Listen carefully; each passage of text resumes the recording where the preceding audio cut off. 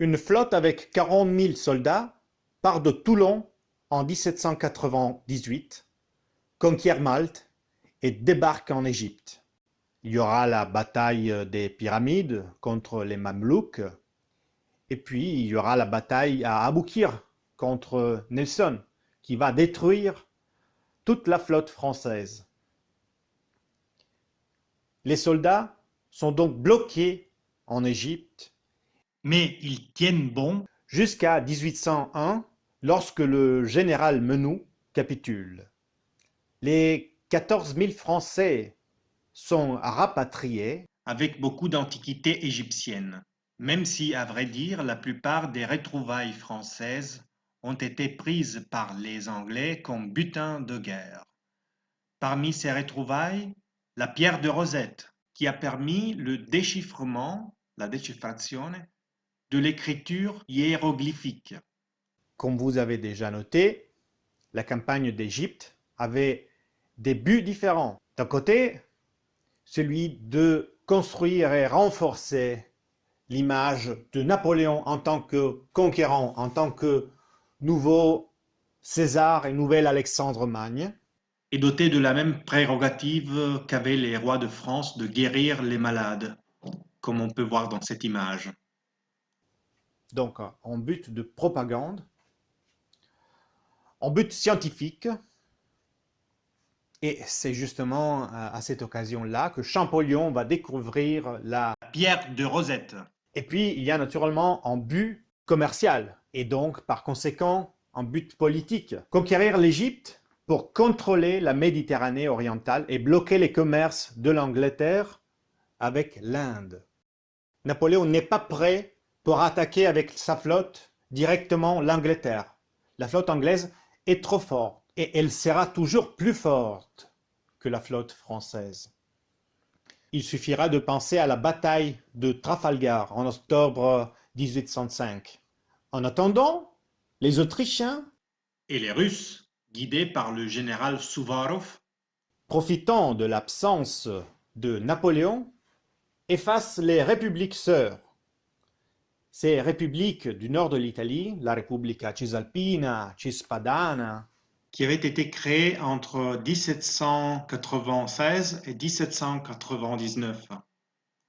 Napoléon, lui, avait abandonné l'Égypte en août 1799 et il rentre à Paris. Il doit repartir de zéro, car il a perdu sa campagne d'Égypte et il a perdu les territoires du nord de l'Italie. Malgré cela, Napoléon, pendant les 4 années précédentes, a réussi à consolider, par le biais de la propagande, des tracts, des journaux, l'image légendaire d'un général imbattable. Et donc, l'opinion publique se range encore de son côté. À Paris, donc, on discute beaucoup dans les salons. On dit que le directoire a ses jours comptés. L'opinion publique est de la part de Napoléon. Elle affirme que la France a besoin d'une épée, d'une baïonnette. Une épée qui sera jugée trop longue. Napoléon se présente donc comme l'incarnation de l'unité contre le chaos jacobin. Et il prépare le coup d'État avec son frère Lucien, qui était le président de l'Assemblée des 500. Il faut dire que Lucien était, parmi les frères de Napoléon, celui qui était le plus doué à niveau politique. Lucien, donc, décide de convoquer l'Assemblée au palais de Saint-Cloud, hors de Paris, le 18 Brumaire, selon le calendrier révolutionnaire, qui correspond au 9 novembre 1799. Napoléon s'y présente également, il prend la parole, il fait un discours où il affirme la nécessité d'un pouvoir fort, centralisé et équipé d'une armée redoutable. Temibile. Mais il est habitué à parler aux soldats, pas aux politiciens, qui sont bien plus habiles que lui à niveau dialectique.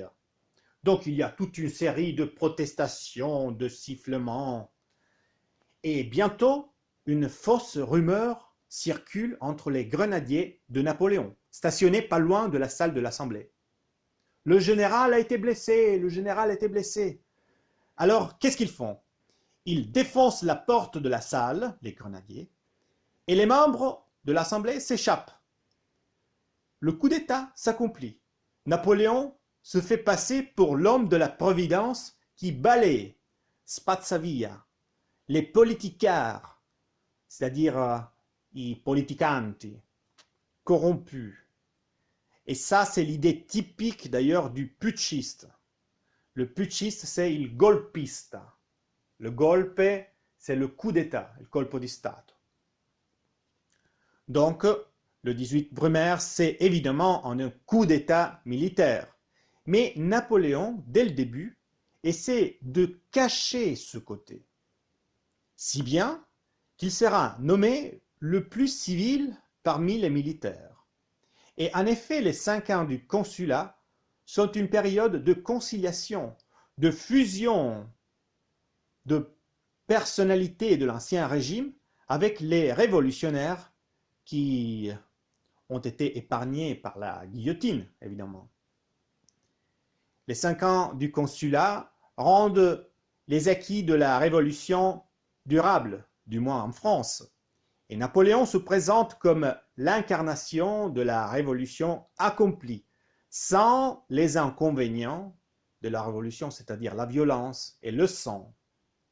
Il y a toute une série de réformes qui sont introduites au fur et à mesure, des réformes qui changent l'aménagement, l'assetto de l'État français. D'un côté, il y a un renforcement du pouvoir exécutif, bien sûr, les forces militaires, la police, les organisations de sécurité civile, etc.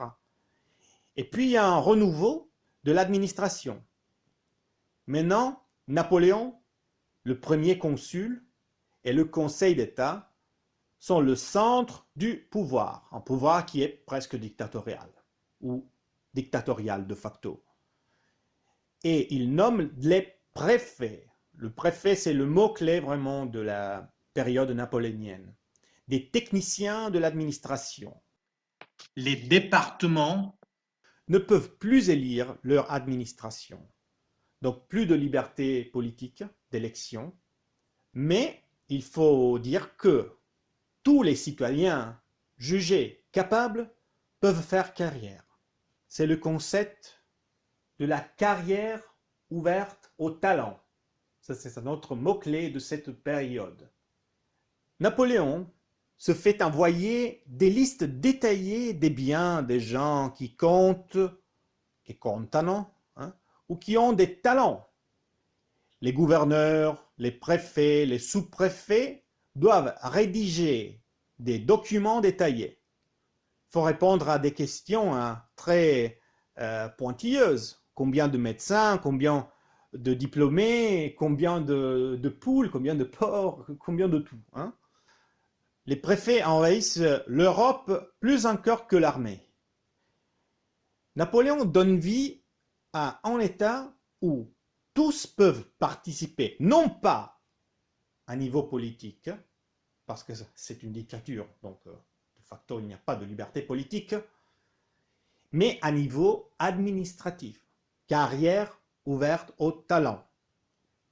On remplace le mot noblesse avec la notabilité. Les 3 critères pour déterminer la notabilité de quelqu'un sont la propriété, le talent et l'âge.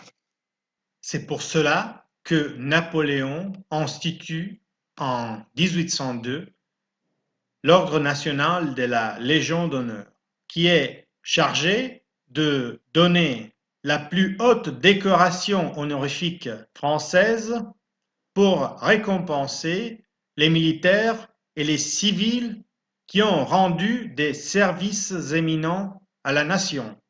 On peut parler donc d'une démocratie non politique. Ce qui peut sembler paradoxal, mais effectivement c'est comme ça. C'est une démocratie où il n'y a pas de liberté politique, mais il y a une certaine liberté à niveau civil et administratif, c'est-à-dire que les gens avec du talent peuvent faire carrière assez facilement. et dans l'armée et dans l'administration.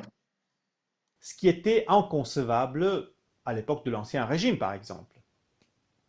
Le couronnement de ce dessein et de ces réformes, c'est naturellement le Code civil de 1804. Selon le Code civil, dont on ira lire des parties dans notre manuel, on peut exercer l'égalité dans la citoyenneté.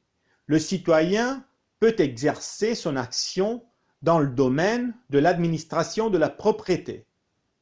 Et cela répond naturellement aux exigences de la bourgeoisie, plus encore que la liberté politique. La bourgeoisie avait besoin de respirer, hein, avait besoin surtout de paix. Et pour la liberté politique, on pouvait attendre. Naturellement, il y a tout un autre côté de la médaille. La réintroduction, par exemple, de l'esclavage, qui avait été aboli avec la Constitution de l'an 3. Et puis, on guillotine encore plus qu'à l'époque de l'Ancien Régime. Et il n'y a pas de liberté de presse, la censure qui exerce son poids dans la société. Il n'y a pas de droit de grève, sciopero. Et c'est là, pour couronner le tout, va augmenter progressivement, hein, au fur et à mesure. Cela va augmenter aussi parce qu'il ne faut pas oublier que Napoléon a été naturellement pendant toute sa vie la cible de plusieurs attentats qu'il est toujours arrivé de quelque façon à déjouer, hein. Il est arrivé à se sauver de ces attentats, mais il a été la cible de multiples attentats, hein. Et donc, au fur et à mesure, il se sent contraint, si on veut parler comme il parlerait, de renforcer la centralisation du pouvoir à détriment de la liberté politique de la nation entière.